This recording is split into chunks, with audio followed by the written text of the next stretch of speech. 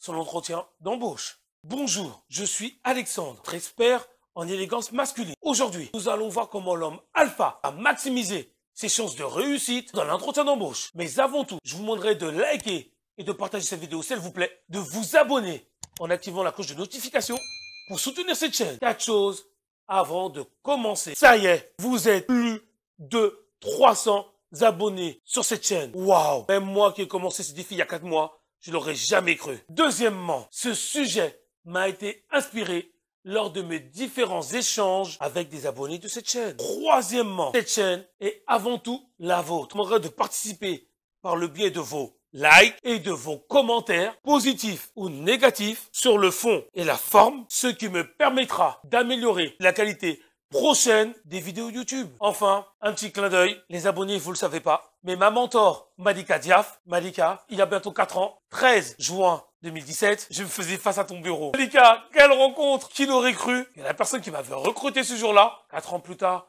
serait l'une de mes meilleures amies, une des femmes qui compte le plus dans ma vie, une des femmes que lorsqu'elle prend la parole, je l'écoute avec attention. Et lorsque je prends toutes mes décisions les plus importantes, elle y participe. Qui l'aurait cru? Voilà. Donc quoi, mais vous voyez comme quoi, mes chers abonnés, on peut réussir largement l'entretien d'embauche. Sans plus attendre, mesdames et messieurs, on se retrouve après ça.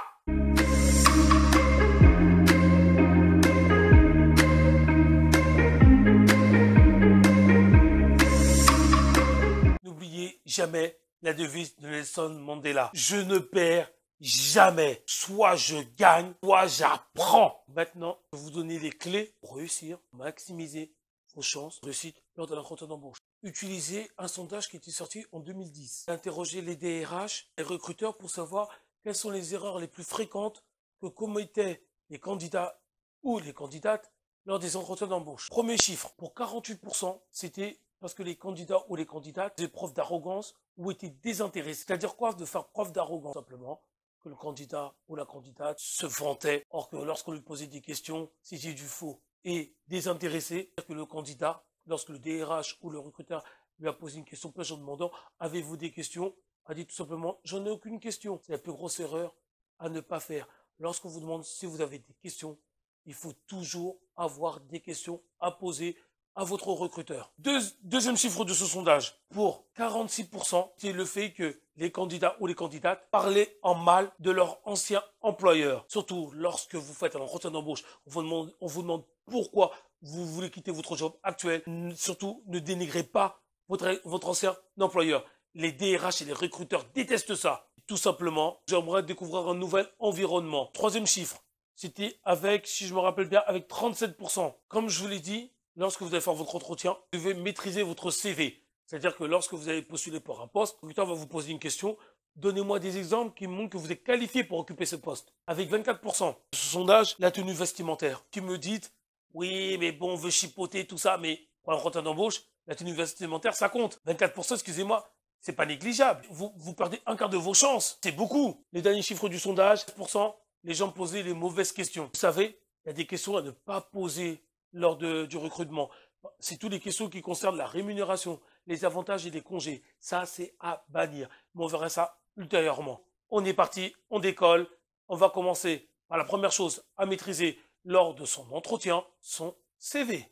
Si le recruteur vous a convoqué à un entretien d'embauche, que votre CV lui a plu. Mais en organisant une session de recrutement, il veut voir si votre CV n'est pas falsifié ou si vous êtes vraiment qualifié pour occuper ce poste. Donc, messieurs, la première erreur que font beaucoup de candidats, ils ne maîtrisent pas leur CV. Ils vont à l'entretien et regardez bien quand vous allez à l'entretien, que ce soit le recruteur ou le DRH, regardez ce qu'il a juste devant soi. Il a votre CV, votre lettre de motivation, parce qu'il reçoit beaucoup de gens. Donc qu'est-ce qu'il va faire le recruteur? À ce moment-là, il va lire rapidement votre CV, il va lire les lignes, il va vous poser des questions. Présentez-vous. Pourquoi vous postulez à ce poste? Donc il va regarder par rapport à votre CV. Vous voyez, citez-moi des exemples qui montrent que vous êtes qualifié pour occuper ce poste. Tout ça, il va lire à travers votre CV, mais il va vous le poser. Voir si votre CV n'est pas falsifié, si c'est pas un faux, etc. Donc, si vous maîtrisez votre CV, vous avez déjà réussi la moitié des questions que vous posera le recruteur. Et aussi, la lettre de motivation. Il va vous demander des fois, vas-y, la lettre de motivation, dire voilà, je vois votre motivation. Et pourquoi vous, au lieu d'un autre candidat? Ou pourquoi candidatez-vous à ce poste? Mais grosso modo, si vous maîtrisez votre lettre de motivation, vous saurez répondre déjà à cette question-là. Et pour cela, entraînez-vous face à un miroir. Si vous n'êtes pas sûr de vous, faites venir un ami proche, qui sera honnête avec vous, qui vous dira qu'est-ce qu'il pense de votre prestation. Ça, c'est le plus important. Deuxièmement, votre image. Je le dis beaucoup sur cette chaîne, n'arrête pas, l'habit fait le moine. Si vous êtes habillé comme un clochard, on vous prendra comme un clochard. Si vous êtes habillé comme un clown, pas pour un clown. Si vous êtes habillé comme un prêtre, on vous prendra pour un prêtre. La société, on peut dire, est basée sur l'image. Alors, lors d'un entretien d'embauche, cette règle n'y échappe pas. Comment s'habiller lors d'un entretien d'embauche? Déjà, je m'adresse aux personnes qui vont occuper un poste de cadre. Vous n'avez pas le choix. C'est le costard. En costard, je vous conseille 2 sortes de couleurs. Le bleu marine, vous porté à toute occasion, ou le gris anthracite. L'avantage du bleu marine, vous pouvez porter soit avec des chaussures noires, des chaussures marron. Mais si vous portez avec des chaussures marron, votre ceinture doit être marron. Le cuir de votre montre, si vous portez une montre avec un bracelet en cuir, devrait être de la même couleur que votre ceinture et vos chaussures. Sinon, ça fait faute de goût. Par contre, pour le gris anthracite, désolé, vous ne portez que des chaussures noires. Mais comme le gris anthracite, ça fait un peu plus classe que la chemise blanche. Alors que si vous prenez un costard bleu marine, vous pouvez porter avec une chemise blanche, une chemise rose. Ça peut surprendre, vous pouvez porter une chemise rose, une chemise bleue. Et surtout, n'oubliez pas la cravate. Surtout, votre pochette de costume pour faire la différence. Et pour les chaussures, vous avez le choix soit entre des Derby ou des Richelieu. Après, pour les autres qui postulent à des postes, je vais faire simple avec vous. Je vous conseille soit le jean, soit le chino. Donc, le jeans, vous avez les couleurs de votre choix. Le jean brut, le blue jeans, le noir et le gris. Pour le chino, vous avez différentes couleurs de pantalon pour le chino. Ensuite, n'oubliez pas d'agencer vos chaussures, votre ceinture, votre bracelet de montre. Ensuite, pour le haut, vous pouvez mettre un simple t-shirt, un t-shirt blanc, d'accord, à manche courte ou à manche longue, peu importe. Col rond ou col en V, ça, il n'y a pas de souci. Ensuite, soit vous pouvez aussi opter comme moi, comme je porte aujourd'hui, une marinière. Voilà, aujourd'hui je porte une marinière. C'est très bien que la France est connue dans le monde entier pour être le pays de la marinière. Merci Jean-Paul Gaultier. Ou sinon, vous pouvez opter aussi pour une chemise, voire un pull. Dernier accessoire qu'il ne faut pas oublier, la veste sport ou le blazer. Messieurs, elle est indispensable. Et oui, et je reviens aussi pour les chaussures. Vous, pour les chaussures, ça va être simple. Pas de basket, niette. Je vous conseille sur soit des derby, c'est-à-dire soit des mocassins, boucle simple, ou des bottines. Exemple, les Chelsea Boots. C'est les chaussures que je vous conseille pour vous rendre à votre entretien. Ensuite, messieurs, n'oubliez pas, pour vos documents, c'est important, ça fait partie de l'image. J'ai 2 choses à vous conseiller. La première chose, c'est le fameux porte-document que vous voyez devant vous. Optez pour une couleur marron, parce que vous portez des chaussures marron, d'accord? Ou un coloris noir, parce que vous portez des chaussures noires, ceinture noire et montre de cuir noir. Ensuite, la deuxième chose que je peux vous conseiller et que portent mes amis, le fameux trolley que vous voyez devant vous. Hop, je vous montre, vous voyez le trolley, hop, regardez, hop. Voilà, hop, le fameux trolley. Voilà, le fameux trolley, le porte-document, le trolley, ça fera l'affaire. Évitez le sac à dos, ça fait adolescent, ça fait lycéen. Donc, vous êtes là pour défendre une image de marque. Et excusez-moi, l'image, ça se fait en 10 secondes. Maintenant, nous arrivons aux fameuses questions du recruteur. Vous savez, pour réussir un entretien d'embauche, c'est pas compliqué. Aujourd'hui, vous avez un outil qui est formidable, c'est Internet.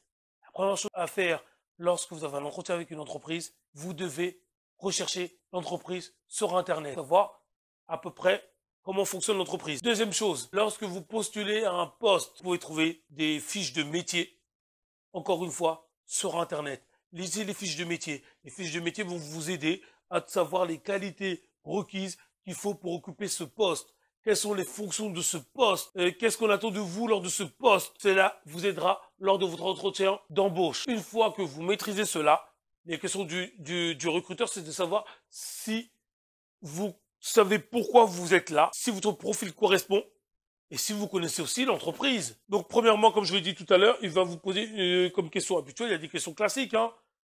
Présentez-vous. Par exemple, je suis Alexandre Casavon, j'ai postulé au poste de professeur des écoles car je suis titulaire d'un master droit fiscal international et d'un master droit de la santé. Mais durant mon parcours professionnel, comme vous avez pu le remarquer, j'ai eu une activité durant 4 ans. J'étais formateur juridique. J'ai formé les futurs psychomotriciens à maîtriser le droit. Et pour cela, on m'avait transmis un programme. Ils peuvent exercer leur activité dans le cadre privé ou dans le cadre public. Si c'est dans le cadre public, c'est le droit public qui s'applique. Si c'est dans le domaine privé, c'est le droit privé qui s'applique. Donc, je leur ai présenté les caractéristiques du droit français. Je leur ai fait un programme sur le droit du travail, parce qu'ils peuvent embaucher. Le statut du fonctionnaire, parce que un psychomotricien peut travailler à l'hôpital et être fonctionnaire. Je leur ai fait le droit aussi de la sécurité sociale, voilà, de la protection sociale, le droit des patients, il y a des choses qu'il faut respecter. Et pour terminer, le droit des handicapés. Donc, j'ai respecté le programme qui m'était transmis. Maintenant, vous, je sais que dans l'éducation nationale, le programme se trouve sur EduSchool. Donc, je pense que j'ai les qualités requises, dues à mon expérience, pour préparer un cours qui permettra de transmettre le programme, d'être transmis aux élèves, mais sur leur niveau à eux. Un exemple comme cela. Pourtant, ça, je ne l'ai pas préparé, hein, je vous les ai fait comme ça de tête, hein, pour vous montrer. Ensuite, on peut vous demander aussi quelles sont vos qualités et vos défauts. Par exemple, moi, je sais que, par exemple, comme je l'ai dit tout à l'heure, il faut chercher la fiche de métier. J'ai cherché la fiche du métier de professeur d'école et à l'époque, on m'avait posé la question, j'ai répondu tout simplement, je suis quelqu'un qui fait preuve de maîtrise de soi. Parfois, vous avez des cas à l'éducation nationale. Je suis quelqu'un qui est rigoureux. Je suis quelqu'un qui est pédagogue. Et dernière chose, je suis quelqu'un qui sait s'adapter au niveau des élèves. Après, on peut vous poser des questions par rapport à l'entreprise. Est-ce que vous savez c'est quoi la pause méridienne? J'ai dit oui, c'est la pause qui est accordée aux élèves entre midi et 2. C'est ce que vous savez combien de temps dure une séquence de cours pour un élève de CP? Oui.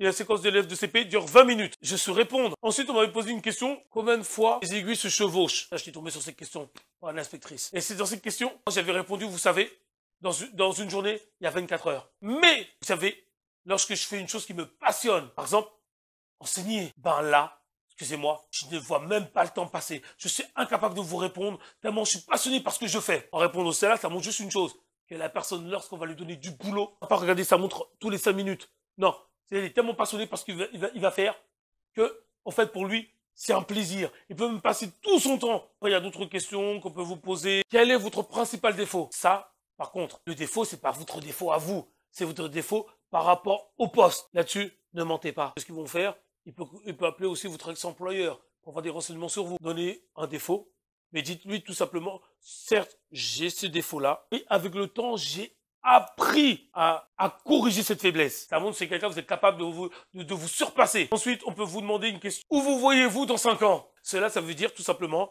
que l'employeur, il n'est pas là pour vous prendre pour du court terme. Il espère recruter quelqu'un qui sera là pour le long terme. Donc, vous savez, à ce moment-là, vous dites tout simplement, vous savez, j'ai 2 ans pour apprendre et maîtriser le métier et l'environnement de l'entreprise. Ensuite, j'ai 2 ans pour m'amuser, m'éclater, jouer avec la maîtrise. Et enfin, au bout de 4 ans, je vais voir selon les perspectives d'évolution que me permettent l'entreprise pour essayer d'évoluer. En répondant comme cela, montrer tout simplement aux recruteurs que vous êtes là pour le long terme. Vous n'êtes pas là pour faire 6 mois ou 1 mois ou 2 mois et vous barrer. Voilà. Donc c'est ça le but des questions du recruteur. Donc je vous dis, pour répondre, c'est tout simple. Renseignez-vous sur l'entreprise au maximum. Renseignez-vous au maximum sur la fiche métier. Les qualités et les défauts, vous allez trouver sur la fiche métier. Et vous saurez répondre au recruteur. Il y a des questions que le recruteur ne peut pas vous poser. C'est des questions d'ordre de votre vie privée, d'ordre sanitaire, de santé, de religion et de politique. Enfin, tout à l'heure, je vous ai dit que le recruteur va vous poser une question piège pour voir si vous êtes vraiment intéressé par le poste. C'est la fameuse question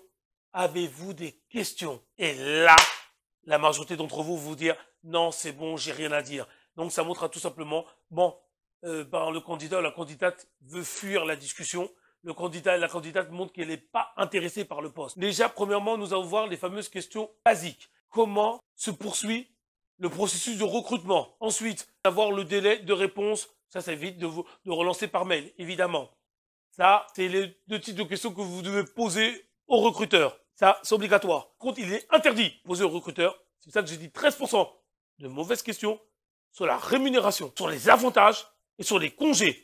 Vous n'êtes même pas encore embauché, vous envoyez une mauvaise image au recruteur en disant tout simplement « je suis même pas embauché », en fait le gars il est là pour le pognon. C'est-à-dire si le salaire ne lui convient pas, ce mec-là il va foutre le camp. Deuxième chose, les congés, c'est-à-dire le gars en fait il est là pour les avantages, il n'est pas là pour bosser en fait. Vous envoyez une image d'une personne qui a peu s'investir dans l'entreprise. Maintenant, savoir quel type de questions poser au recruteur. Premièrement, si vous ne savez pas, posez des questions au recruteur sur lui. Par exemple, moi, quand j'avais vu Malika, j'avais dit à Malika, je savais pas qu'elle s'appelait Malika, évidemment, parce qu'après, elle est devenue mon mentor ou mon ami. Mais j'ai dit, Madame Diaf, excusez-moi, mais dites-moi, pourquoi êtes-vous entré dans l'éducation nationale? Qu'est-ce qui vous a motivé? Et là, je me suis intéressé à elle. Vous savez, les gens aiment qu'on s'intéresse à eux. Et j'ai posé une autre question. Est-ce que vous avez une perspective d'évolution? Des questions comme ça. Ou au pire, vous pouvez demander, voilà, vous m'embauchez pour tel poste, mais je veux savoir, est-ce que c'est un travail qui sera fait en équipe ou de manière individuelle. Après, ça vous dit c'est en équipe. Comment est organisé votre management au sein de cette équipe? Ou tout simplement, j'ai vu sur Internet que votre entreprise défendait cette valeur. Comment retranscrivez-vous cette valeur au sein de l'équipe auquel je vais travailler? Ça montre que vous vous intéressez. Voilà, que vous posez des questions, que vous êtes intéressé. Après, ça peut être soit sur l'entreprise. Vous pouvez poser aussi des questions par rapport, comme je l'ai dit, à l'équipe. Comme je l'ai dit tout à l'heure, par rapport aussi aux recruteurs. Aussi par rapport à votre poste. Et aussi par rapport à vous. Par exemple, j'ai vu que vous m'avez sélectionné pour cette session de recrutement. Dans mon CV, quel point fort vous a frappé? Par contre, quels sont les points faibles de ma candidature? Cela vous aidera pour ultérieurement, d'accord? Vous pouvez poser des questions comme ça, mais surtout, il faut que vous ayez une petite discussion avec le recruteur. Et dernière chose, quand vous êtes en recrutement, s'il vous plaît, dans l'entretien d'embauche, ne soyez ni cool, ni stressé. Soyez juste une seule chose, concentré. Et dernière chose pour réussir son entretien, c'est un élément fondamental que beaucoup de gens oublient. La veille de votre entretien, prenez ce porte-document, prenez votre cartable et faites votre checklist. Vous ouvrez votre porte-document, posez à l'intérieur de 1 ou 2 exemplaires de votre CV. Posez aussi à l'intérieur de ce porte-document votre lettre de motivation. 1 ou 2 exemplaires. On sait jamais si le recruteur l'oublie. En même temps, ça vous permet de le lire sur le trajet pour vous remémorer. Vous mettez aussi votre préparation. Vous pourrez lire sur le temps de trajet. Vous avez une convocation, vous envoyez une convocation. Évidemment, ne pas oublier votre convocation. Le fameux bloc-notes où vous avez vos questions qui sont préparées à l'avance. Parce que vous avez le droit de prendre des notes dans ce que va vous dire le recruteur sur l'entreprise. Donc, vous avez le droit d'utiliser votre blanco pour lui poser des questions. Vous le mettez là. Comme ça, vous montrez que vous êtes préparé pour votre entretien. Choisissez votre tenue la veille. On ne choisit pas sa tenue le jour J. Et dernière chose, aujourd'hui à l'ordinateur, regardez sur Google Maps, regardez les environnements de l'entreprise pour voir l'endroit à peu près où se situe l'entreprise. Ça, quand vous sortez du métro, du train ou du bus, ou si vous faites un petit marche à pied, vous voyez à peu près où est située l'entreprise. En conclusion, un entretien d'embauche ne s'improvise jamais. Ça demande une préparation. C'est stratégique. Vous devez vous focaliser sur 2 choses, l'entreprise et le poste. Une fois que vous montrez au recruteur, vous maîtrisez cela, vous montrez votre compétence pour le poste et votre motivation. L'image. Ne crachez pas sur votre ancien employeur et montrez votre intérêt en posant des questions. Et n'oubliez pas de faire votre checklist la veille de l'entretien. Allez, messieurs, je vous dis à très vite.